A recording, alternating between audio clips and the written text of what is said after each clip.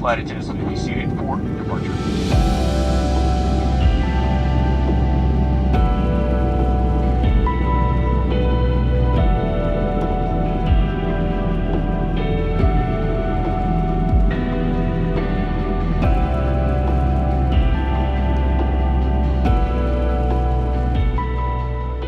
What's going on, guys? Christian here from Video Pro Shooter, and I just got back from Las Vegas at WPPI 2019, and it is, my gosh, so it was my first time at WPPI, and it was amazing. I always see all the conventions like CES, NAB, WPPI. I see all of these shows going on, and I see highlights on YouTube, and I always think it's so cool to just walk around these booths and talk with all these companies and learn about the new products, ask questions about existing products, and just learn as much as you can and network and like meet people along the way. So this year being my first ever camera convention, WPPI was a blast. So I did go kind of as an attendee, but also as a basically an assistant to one of the guest speakers. So 3 colleagues of mine, they got to have a 6-hour workshop on the day before like the actual convention started. So Tuesday, there were a bunch of like smaller scale classes that people could sign up for, and like basically additional paid for classes. So they gave a 6-hour presentation workshop on getting better clients. I filmed the entire workshop and actually got to speak a little bit just because the 3 of them, they are not at all involved in the wedding world. And they're talking to wedding and portrait photographers. None of them are photographers. They are business people. And they definitely have a knack for the creative field, but they have no common ground with these portrait and wedding photographers. So having me there as a wedding videographer, I could definitely bridge the gap a little bit and help answer some questions, as well as touch on gear, because even though they were photographers, we were definitely talking a lot about the power of branding yourself through video. So even though, yes, they have photo cameras that can do video, they still had a lot of questions about like the specifics of video. So that's where I was like, I got you. I know I can answer your questions. And a lot of it had to do with like lav mics and audio and some lighting and whatnot like that. So I was not a guest speaker. I was a speaker guest, according to my badge, which kind of feels like assistant to the regional manager versus assistant regional manager. But nonetheless, I had a really good time, and the workshop was phenomenal. I personally learned a ton. So you'll see clips of that workshop sprinkled out throughout my social media, as well as the speakers' social media pages, and I'll leave links to that below. So yeah, Tuesday was a jam-packed day full of teaching and a lot of filming, a lot of filming, and also, side note, I didn't check any luggage, so I was carrying a full production set of gear on my back along with my clothes, which was like, I had a small little bag for my clothes and then a big backpack for my gear. Priorities. And so that was my personal challenge, to film such a long event with a minimal amount of gear. But then Wednesday morning, all of my colleagues, they flew out, but I had like a 9:30 flight, which got in this morning while I'm filming this. So it got in Thursday morning, but it left Wednesday night. Yay, red-eye flights. So I got to spend all of Wednesday walking the showroom floor.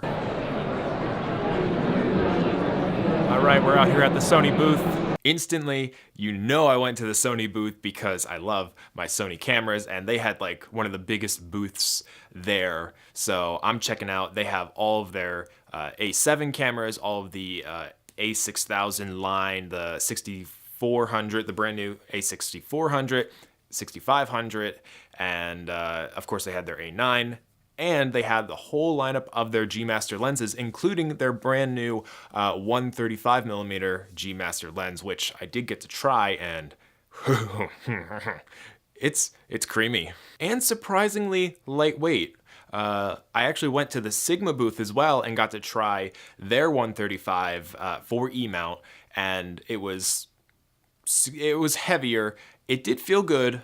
The autofocus was actually pretty snappy for 135, not as snappy as the Sony G Master 135, but that's, you know, what can you expect? It's a native Sony lens versus a third-party lens manufacturer. But yeah, I got to try out a bunch of different lenses, and I was basically in heaven. And continuing down my stretch of heaven, I got to check out the Sony FS5 Mark II, which is it is my dream camera, but I'm also torn because I'm waiting for the A7S Mark III, which sadly was not announced. I did ask the Sony rep about the A7S III, and he said that he didn't know, but he said historically, the A7S line has been announced at NAB. We're due for another A7 camera, and the A7S Mark III is the last one out of the trio, the A7 III, the A7R III, and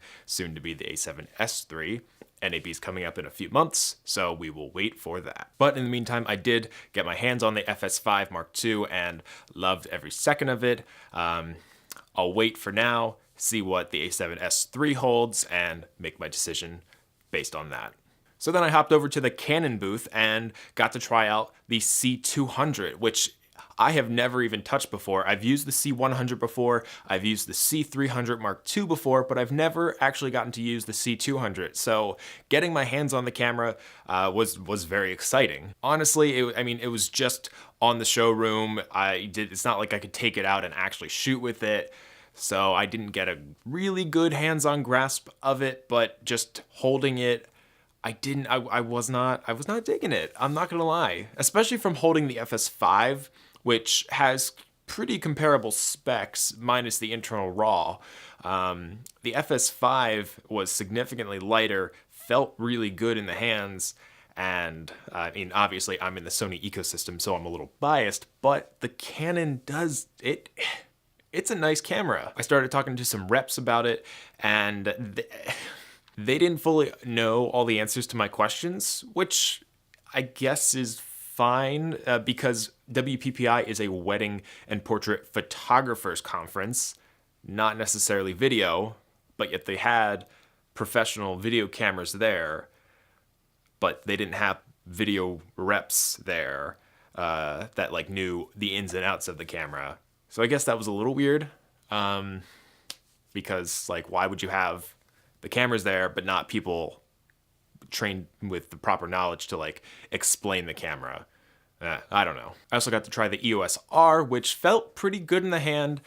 I don't know if I would consider it like a professional. It didn't feel like a professional camera. It felt really good, and I definitely would like to use it as like a hobby photo camera. I think that would be cool. Backup video camera. I think that would be nice, but it didn't feel right to me. That being said, I know there's a ton of Canon people who love that camera, and I'm sure if I got my hands on it more and actually got to shoot with it, I would understand and appreciate it more. And I did some walking around, just checked out some other booths. Not all the booths were overly interesting to me because it was definitely more photo-based, but I definitely had a really good time talking with some of the reps, and it was really exciting.